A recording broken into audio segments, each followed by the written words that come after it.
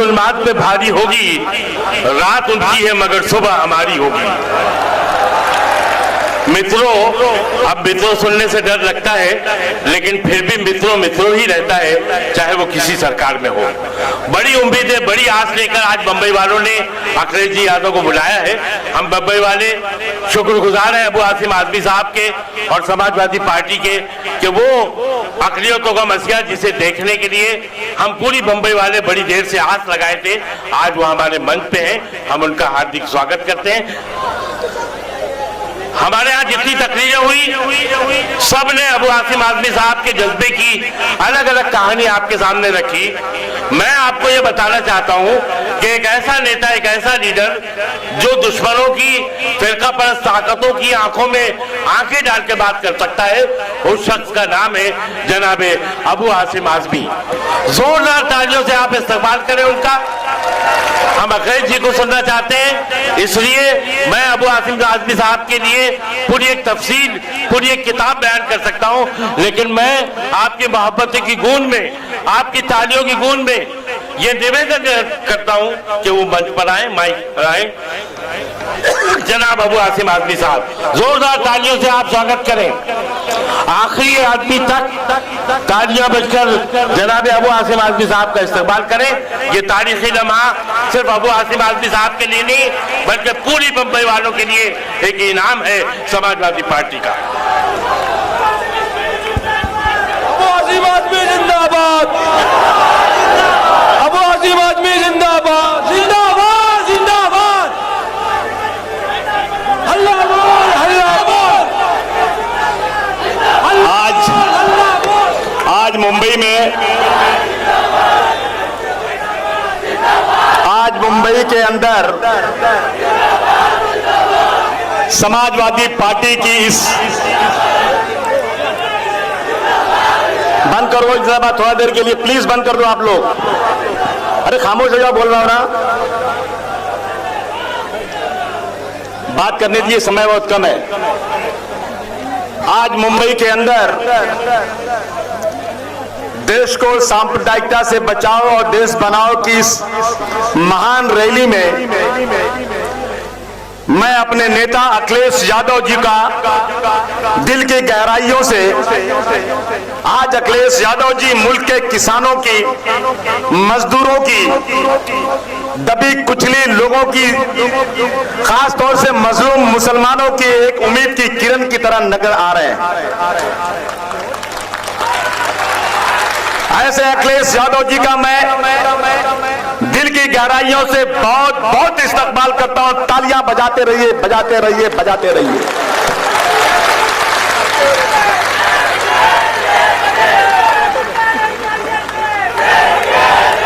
अखिलेश यादव जी साहब के साथ चलकर आए आदरणीय राजेंद्र चौधरी साहब,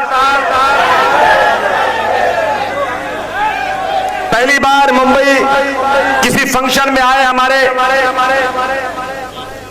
मोहतरम आजम भाई के बेटे अब्दुल्ला आजम साहब, मेरा सिद्दीकी साहब, रईस शेख साहब, सुभाष पासी साहब, गणेश गुप्ता जी, लल्लन यादव साहब, अजय यादव जी, अब्दुल कादिर चौधरी साहब, रईस शेख साहब, तमाम नगर सेवक, तमाम समाजवादी पार्टी के, महाराष्ट्र के तमाम जिलों से आए हुए लोग, खास तौर से उत्तर प्रदेश से आए हुए तमाम हमारे मेहमान, जिनका हम उनकी शान शान इस्तकबाल नहीं कर सके, हमें इस बात का जरूर अफसोस है। जिनको मंच पर बैठना चाहिए था वो नीचे बैठे हुए हैं। लेट हो गए हम लोग, मैं उनसे माफी चाहता हूं और इन तमाम लोगों का इस्तकबाल करते हुए दोस्तों, आज मैं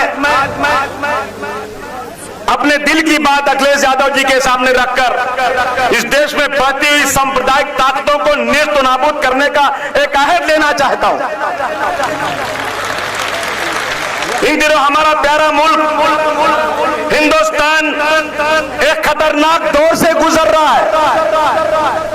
एक तरफ भुखमरी, बेरोजगारी, माशी बदहाली, और दूसरी तरफ ये इस देश में फिरका परस्त और फासिस्ट ताकतों ने इस देश के संविधान पे खतरा लाहा कर दिया है। इस देश के संविधान को की धज्जियां उड़ाई जा रही है। कानून कोई मानने को तैयार नहीं है। मैं जब किताबों में पढ़ता हूं, हम 1947 में नहीं थे जब अंग्रेजों ने इस मुल्क को गुलामी की जंजीर में जकड़ रखा था। तो इन अंग्रेजों से लड़ने के लिए पूरे मुल्क के तमाम जात, तमाम बरादरी, तमाम धर्म के लोगों ने अंग्रेजों के दांत खट्टे कर दिए थे। अंग्रेजों के खिलाफ लड़ाई लड़ने में अगर सबसे पहला कोई नाम आता है तो आवाज नवाब सिराजुद्दौला की थी।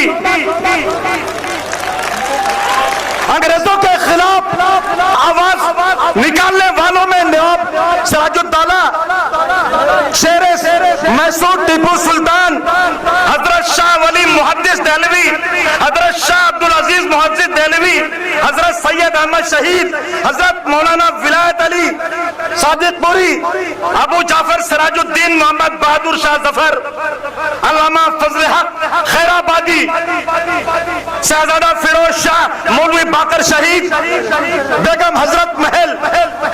नौजवान साथियों, पत्रकार भाइयों, अगर मैं नाम लेने लग जाऊंगा तो कई लाख नाम हैं। कितने नाम लूं जिन्होंने अपने बदन का आखिरी कतरा भी इस मुल्क को आजाद कराने के लिए अपनी बदन का आखिरी कतरा भी निछावर कर दिया।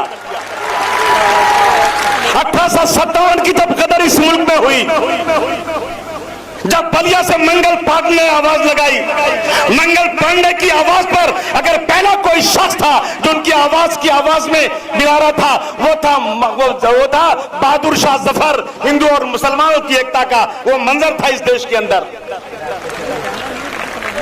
अगर अशफाकुल्लाह साहब का नाम आता है तो साथ साथ भगत सिंह का नाम भी आता है। अगर सुभाष चंद्र बोस का नाम आता है तो जनरल शहनवाज का भी नाम आता है। लोकमान्य तिलक का नाम आता है तो बदरुद्दीन तैयब जी का नाम भी आता है। मुसलमानों और हिंदुओं की एकता इस देश में ऐसी थी। जब अंग्रेजों ने देखा कि इस देश में हिंदू और मुसलमान सब एक साथ इनके खिलाफ लड़ाई लड़ रहे हैं, तो अंग्रेजों ने एक साजिश किया कि बाकी डिवाइड एंड रूल, बांटो इनको। उस जमाने में मुसलमानों की मस्जिदों में सुअर काट कर डाल देते थे और हिंदू भाइयों की मंदिरों में गाय काट कर डाल देते थे। उस जमाने में भी मस्जिदों के पास बैंड मारा बजाया जाता था। उस जमाने में भी फिरका परस्तों ने शुद्धिकरण का नाम देकर कहा था कि घर वापसी का नारा दिया था। और वही आज फिर हो रहा है इस देश के अंदर। गोरी चमड़ी वाले चले गए, लेकिन आज वो अंग्रेजों के तलवे चाट कर बैठने वाली आरएसएस आज वही काम कर रही जो अंग्रेज इस देश में कर रहा था। मुझे कहने दीजिए,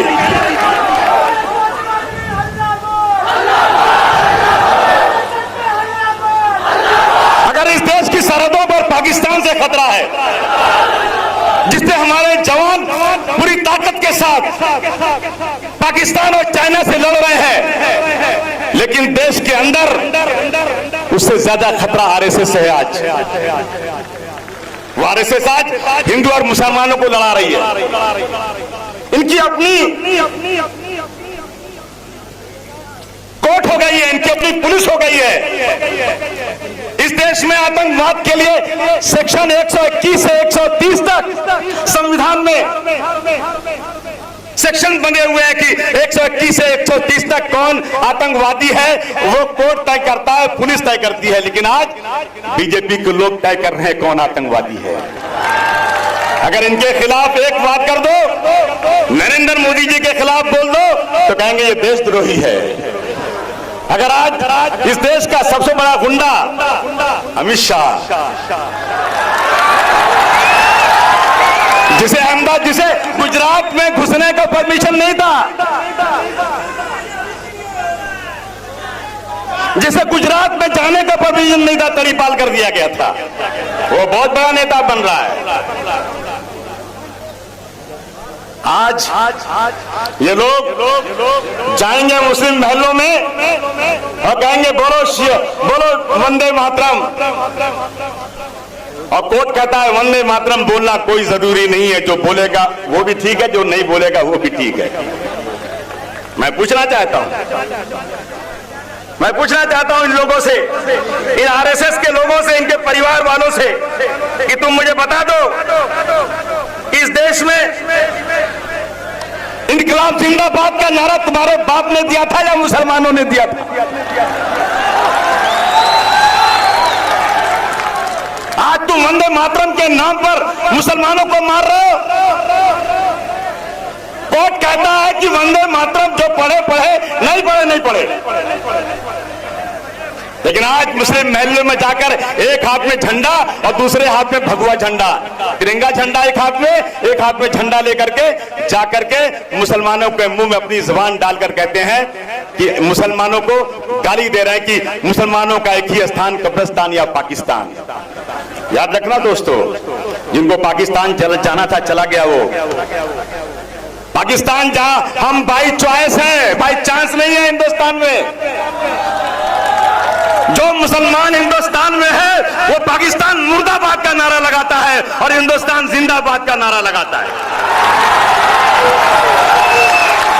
इस देश में भारत छोड़ो का नारा देने वाला आरएसएस का नहीं था, वो मुसलमान था, यूसुफ मेहर अली जिसका नाम था। जय हिंद का नारा किसने दिया? नरेंद्र मोदी, तुम क्या दोगे?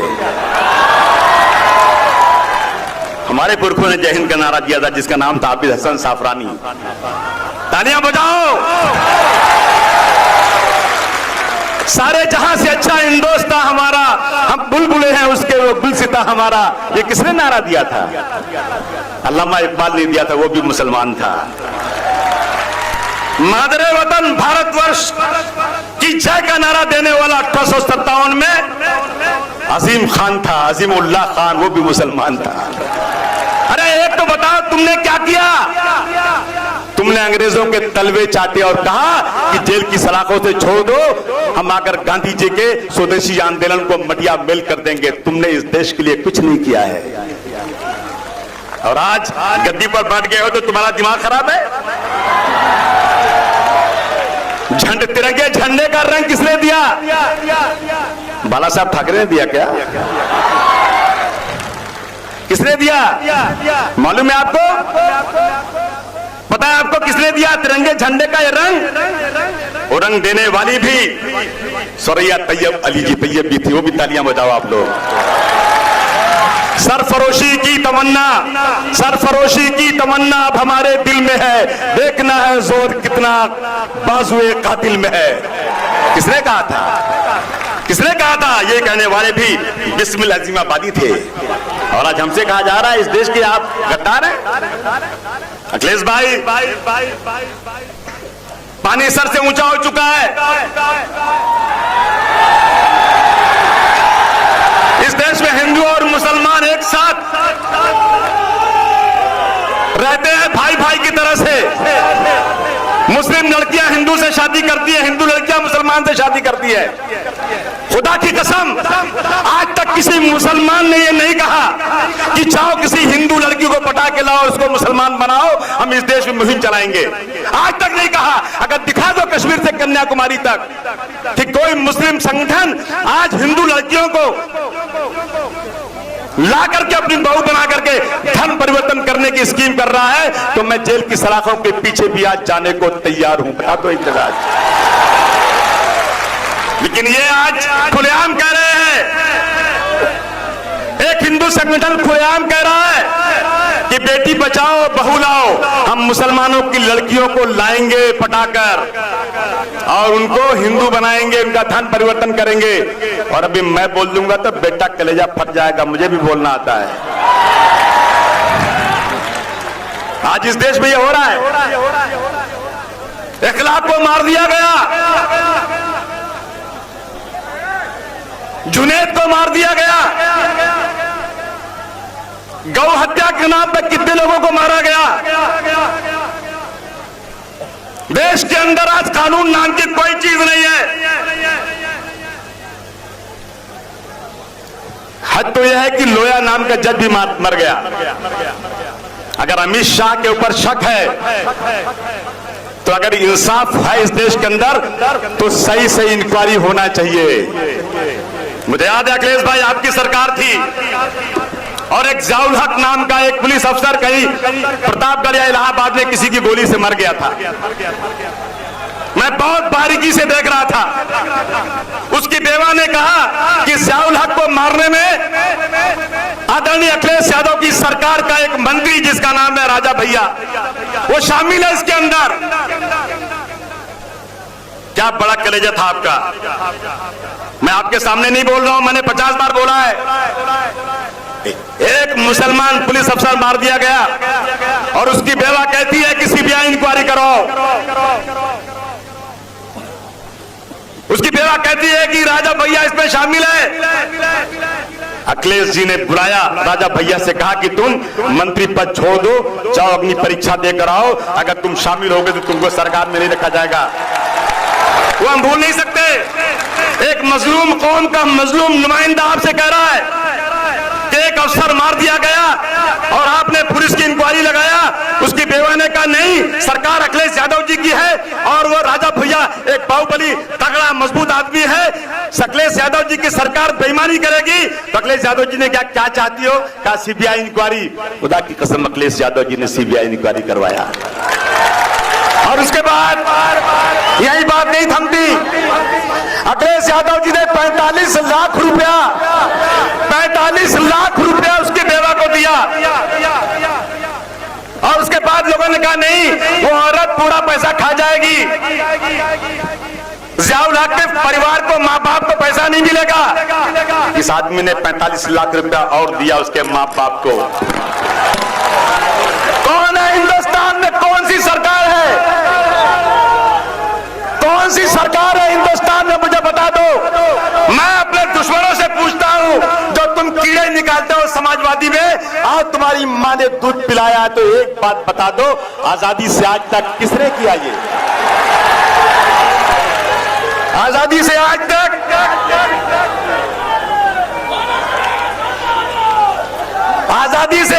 इस देश के अंदर किसी ने इंसाफ नहीं किया। खुदा की कसम मुझे याद है, मैंने अखबार में पढ़ा था मौलाना अरशद मदनी साहब जमीयतुल उलमा का बयान।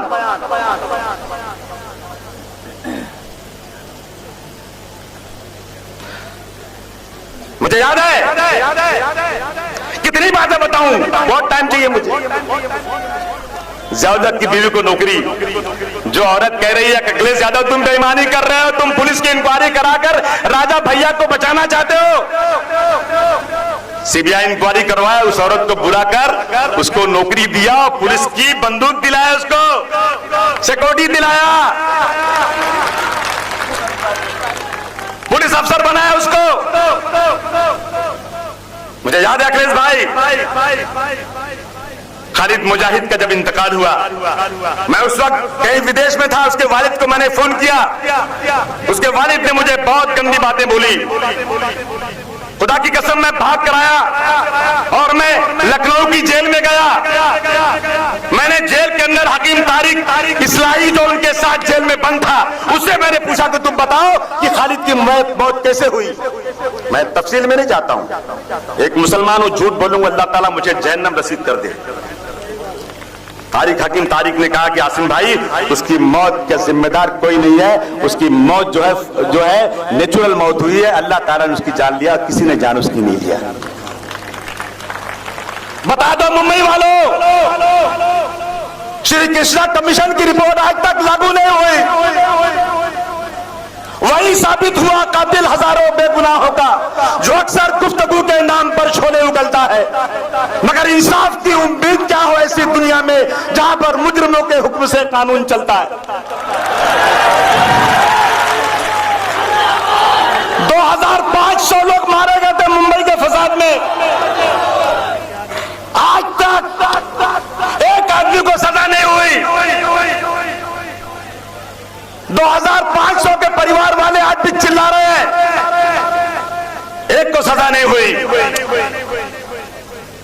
25, 32, 31 पुलिस वालों का नाम था, वो सब आज भी घूम रहे हैं आराम से, उनकी नौकरियां बढ़ गई लेकिन सजाएं नहीं हुई।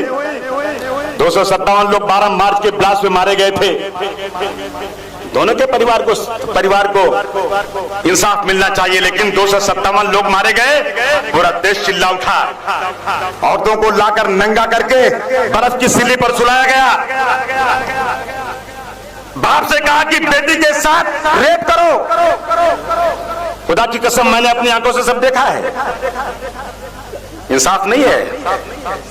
इसलिए आज आपसे कहना चाहता हूं नौजवान साथियों, अब फकत शोर मचाने से कुछ नहीं होगा। अब फकत शोर मचाने से कुछ नहीं होगा, सिर्फ होठों को हिलाने से कुछ नहीं होगा। जिंदगी के लिए बेमौत ही मरते क्यों हो, अहले हिंद हो तो शैतान से डरते क्यों हो। जिंदगी के लिए बेमौत मरते ही क्यों हो और अहले हिंद हो तो शैतान से डरते क्यों हो। तुम भी महफूज कहां अपने ठिकाने पे हो, बाद इखलाक तुम ही लोग निशाने पे हो। सारे गम, सारे गिले, सारे सिकवे भुला के उठो। दुश्मनी जो भी है आपस में भुला के उठो। अब अगर एक ना हो पाए तो मिट जाओगे। अब अगर एक ना हो पाए तो मिट जाओगे। खुश्क पत्तों की तरह तुम भी बिखर जाओगे। उत्तर प्रदेश में मदरसों में कोई माई के इलाज की हिम्मत नहीं थी कि कोई घुस सके। और मैं आज भी कहता हूं अखिलेश भाई, मेरा चैलेंज है पूरे हिंदुस्तान के सीबीआई को, आरएसएस को, इंटेलिजेंस को, आओ मदरसों में सीसीटीवी लगाओ, मैं पैसे दूंगा। लाओ आरएसएस के सबसे कट्टरपंथी को 1 साल तक मदरसे वाले खाना भी खिलाएंगे, कमरे में रहने की जगह भी देंगे, और जो कुछ मदरसे में होता है सब कुछ टेप करके देख लो। 1 साल के बाद कहोगे मदरसों से अच्छी पढ़ाई कहीं नहीं होती। मेरा चैलेंज है। लेकिन आपको शिशु मंदिर में भी जो 2 लाख स्कूल चल रहे हैं शिशु मंदिर के, वहां भी लगाने पड़ेगा सीसीटीवी। तुम क्या सिखाते हो इनको? तुम सिर्फ मुसलमानों की तारीख को बदलने की कोशिश कर रहे हो। कहो जाकर के ये तारीख कैसे भुला सकते हो कि जब आजाद हिंद फौज बनी, नेताजी सुभाष चंद्र बोस ने जब फौज बनाई तो उसमें सबसे बड़े ओहदों पर रहने वाले मुसलमान थे। और उस वक्त 1 करोड़ रुपया उस जमाने में नेताजी सुभाष चंद्र बोस को अंग्रेजों से लड़ने के लिए देने वाला कोई था तो वो था मुसलमान, मेमन कौम का था, इसी महाराष्ट्र गुजरात का रहने वाला। ये क्यों नहीं बता दे तारीख को मिटाने की कोशिश हो रही है आज। मैं कहना चाहता हूं मुंबई है अखिलेश भाई, इसी मुंबई से अली ब्रादरान ने खिलाफत हाउस में गांधी जी को लाया था। जब हिंदू और मुसलमानों के झगड़े चल रहे थे तो हिंदू और मुसलमानों की एकता के लिए गांधी जी को इसी मुंबई के खिलाफत हाउस में ला करके, और जो मुंबई से मुहिम चलती है ये पूरे देश में एक तहरीक बन जाती है। मुझे याद है 1942 में क्विट इंडिया मूवमेंट कहां से शुरू हुआ था? भारत छोड़ो का नारा इसी मुंबई से दिया गया था और पूरे देश में एक तहरीक चली थी। आज आप आए हैं, एक नारा दे दीजिए आज कि फिरका परस्तो भारत छोड़ो, फिरका परस्ती बंद करो। ये हमारा नारा दे दीजिए आप। आज मैं आपका दिल की गहराइयों से बहुत बहुत स्वागत करता हूं। उत्तर प्रदेश में जो काम आपने किया वो काम कोई कर नहीं सकता। 5 साल तक जिस ईमानदारी से आपने काम किया वो कोई नहीं कर सकता। मैं मांग करना चाहता हूं सरकार से, अगर इंसाफ नाम की कोई चीज है,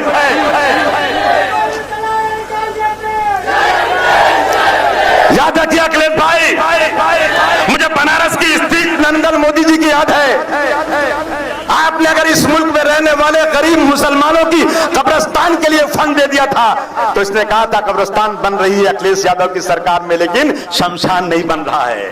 लेकिन उसको याद नहीं आया बनारस का वो इलाहाबाद का कुंभ मेला जिसमें कई हजार करोड़ देकर के आपने आजम खान साहब के साथ जो कुंभ मेले में काम किया था, अमेरिका ने बुलाकर स्वागत किया था। अखिलेश भाई आपने क्या काम किया? ये बहरे और गूंगे हो जाते हैं, झूठे हैं ये लोग। इसने बनारस में कहा था कि अखिलेश यादव जी की सरकार में मुसलमानों को रमजान में बिजली मिलती है, दिवाली में नहीं मिलती। बोले ये सच है क्या? ये सच है क्या? आपने गरीब मजलूम मुसलमान के बच्चे बेचारे जो गरीब हैं इनको आपने लैपटॉप दे दिया था तो नरेंद्र मोदी जी का कलेजा फट गया था। कितने बीजेपी बीजेपी वाले जाकर अस्पताल में एडमिट हो गए हार्ट अटैक की बीमारी में। हम दुआ करते हैं अखिलेश भाई। मैं विदेश गया था, मैं टाइम शायद ज्यादा ले रहा हूं, मैं विदेश गया था। अरे कहा देगा बुर्बक, मुझे चाय और बेटे से कोई नहीं, कोई अल्लाह पाक गधे को दूध भात खिलाए तो मैं क्या कर सकता हूं। लेकिन भाई अगर नहीं आजाद देश चलाना तो अखिलेश जी से बात कर लेते, आगे मिल लेते, कैसे देश चलाया जाता है सीख जाते। जाकर बोलते हो अभी स्विट्जरलैंड में बोलते हो कि मुझे 600 करोड़ लोगों ने वोट दिया। अरे भैया कुछ पढ़े लिखे हो, कैसे ही जोड़ देते हो यार। पूरी दुनिया की आबादी 600 करोड़ है, तुमको पूरी दुनिया ने वोट दे दिया। ये हालत है दोस्तों, कुछ नहीं जानता ये आदमी। भाई और बहनों, मुझे 100 दिन दे दो, इस देश के अंदर एक एक आदमी के खाते में 15-15, 20-20 लाख आएगा। एक फूटी कौड़ी नहीं आज तक आई। नोटबंदी का कह दिया कि भाइयों और बहनों, नोटबंदी का फायदा 50 दिन में देख लेना, देश से आतंकवाद खत्म हो जाएगा, देश के अंदर खुशहाली आ जाएगी, इनकम टैक्स बढ़ जाएगा, गरीबों को पैसे मिलेंगे। 50 दिन का सारा कई साल हो गया, 1 साल से ज्यादा हो गया। और अगर नहीं खुशहाली आई ना, किसी चौराहे पर लाकर मुझे फांसी के फंदे पर चढ़ा देना। कहा था कि नहीं कहा था? बोलो ना। फांसिया का फंदवा तैयार था। 2019 में मिली तो के न रहा, बांस न बजे बांसुरी, छुट्टी कर दो आप। बहुत हो गया, बहुत सुन लिया। ये ढकोसलेबाजी नहीं चलेगी इस देश के अंदर। इसलिए आया हूं आपसे कहने के लिए दोस्तों, खासतौर से मुसलमानों से कहता हूं, हमारा मुसलमान बेचारा बड़ा अच्छा है, किसी का वोट बैंक नहीं बनता, सबको थोड़ा थोड़ा दे देता है और वोट को दिखा देता है। अरे मुसलमानों याद करो, जरा सा याद करो, कितनी बातें बताओ अखिलेश भाई की। नोएडा के अंदर एक मस्जिद थी, मुसलमानों ने मस्जिद को वहां के प्रधान से मांग करके गड्ढे भर करके दीवार बना के बाउंड्री बनाया था।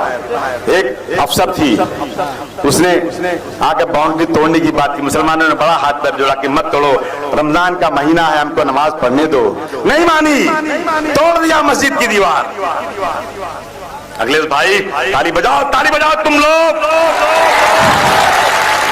यही अखिलेश भाई सोनिया गांधी जी के पास गई औरत, पूरे IAS IPS को जमा किया उसने।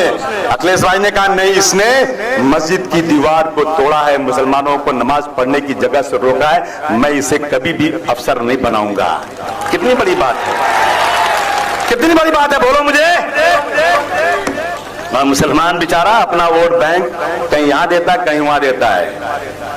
इकट्ठा हो जाओ, इन उंगलियों की तरह से मुट्ठी बन जाओ, मुट्ठी बन जाओ और अखिलेश यादव के साथ। याद रखना, फिरका परस्त हो इस देश का मुसलमान, इस देश के मुसलमानों ने कभी मुसलमान को नेता नहीं माना। इस देश के मुसलमानों ने हमेशा गैर मुस्लिम हिंदुओं को अपना नेता माना है। आजादी के बाद जवाहरलाल नेहरू हमारे नेता रहे, आजादी के बाद VP सिंह नेता रहे, आजादी के बाद राजीव गांधी नेता रहे, और हमारे आदरणीय मुलायम सिंह यादव नेता है, और आज हमारे अखिलेश यादव नेता है। मुसलमानों को क्या मिल रहा है? पूरे महाराष्ट्र से एक MP नहीं, पूरे गुजरात से एक MP नहीं, पूरे राजस्थान से एक मेंबर ऑफ पार्लियामेंट नहीं, पूरा का पूरा मध्य प्रदेश खाली है, पूरा हरियाणा, पूरा पंजाब खाली है, पूरा गोवा खाली है, पूरा मिजोरम खाली है। एक मुसलमान MP चुनकर नहीं आता। देश में ये फिरका परस्ती चल रही है। आओ ये तय करो कि हम सब हिंदू और मुसलमान भाई भाई की तरह से रहकर अखिलेश यादव के हाथों को मजबूत करेंगे। मैं गया था विदेश, तो एक आदमी जिसका कसम खुदा की राजनीति से कोई लेना नहीं, हफीज भाई जानते हैं, हफीज भाई बोलो मेरी बात को मानना तुम, याद है आपको? मुझे कहा उसने दुबई के अंदर, कासिम भाई मैं टेलीविजन पर देखता हूँ एक शख्स जिसका नाम अखिलेश यादव, आप जानते हो? अरे मतलब मेरे नेता है भाई, मैं जानते हो कि मिलते हो, कह देना मुझे। उसने मुझे कहा अखिलेश भाई से कह देना कि पूरे हिंदुस्तान का सिनेरियो सियासत में देख रहा हूं, अखिलेश भाई आने वाले दिनों में हिंदुस्तान की सियासत के मालिक आप होंगे। आपके आपके सामने 30-40 साल है और हिंदुस्तान का मुस्तकबिल अखिलेश यादव के हाथ में है। आप मुंबई आए, हम आपका बहुत शुक्रिया अदा करते हैं, बहुत धन्यवाद करते हैं। शायद हम आपकी शान शान आपका इस्तकबाल नहीं कर सके, लेकिन खुदा की हम पलकें बिछाकर आपका सब स्वागत करना चाहते हैं।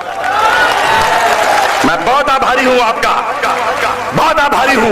मैं नहीं भूल सकता, मैं नहीं भूल सकता इस बात को नेताजी ने जो एहसान किया है।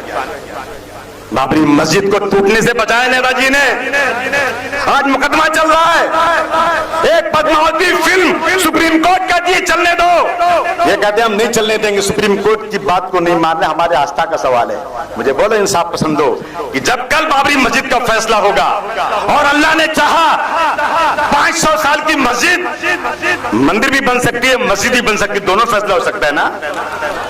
फैसला तो कुछ भी हो सकता है। अगर मंदिर का फैसला आया तो मुसलमान कहता है कि हम पूरी ईमानदारी से उस मंदिर का स्वागत करेंगे, बनाओ मंदिर, क्योंकि सुप्रीम कोर्ट ने कहा है। पूरे हिंदुस्तान का कश्मीर से कन्याकुमारी तक मुसलमान कहता है। समाजवादी पार्टी के पूरे लीडर कहते हैं कि जो फैसला सुप्रीम कोर्ट से आया हम मानेंगे। एक फिल्म पद्मावती आई, ये कहते हैं हम नहीं मानेंगे। तो अगर फैसला आ गया सुप्रीम कोर्ट का कि मस्जिद बनाओ तो क्या होगा? कौन बचाएगा उसको? योगी? गुंडा आदमी? जितने केसेस थे विथड्रॉ किए जा रहे हैं, मुजफ्फरनगर के गुंडों पर जो केसेस किए थे विथड्रॉ किए जा रहे हैं, सारे गुंडों को पूरी छूट दी जा रही है। लाकर बिठा दो उत्तर प्रदेश और दिल्ली की गद्दी पर समाजवादी पार्टी को। मेरे नेता ने अनमोल खजाना दिया अखिलेश यादव की शक्ल में, अनमोल खजाना दिया, एक दिलदार नेता दिया है। और अखिलेश यादव की अगर सरकार बन गई ना तो इस देश में हिंदू और मुसलमान बदन के जिस्म में 2 आंखों की तरह होंगे। कि अगर एक आंख भी खराब हो गई तो ये देश बदसूरत हो जाएगा। नारा लगाओ अखिलेश यादव जिंदाबाद, दोनों हाथ उठाकर लगाओ, अखिलेश यादव जिंदाबाद, अखिलेश यादव हल्ला बोल, पूरे देश में हल्ला बोल, फिरका परस्तों पर हल्ला बोल। अरे अभी तो ये अंगड़ाई है, अभी तो ये अंगड़ाई है। बहुत बहुत धन्यवाद, बहुत बहुत शुक्रिया।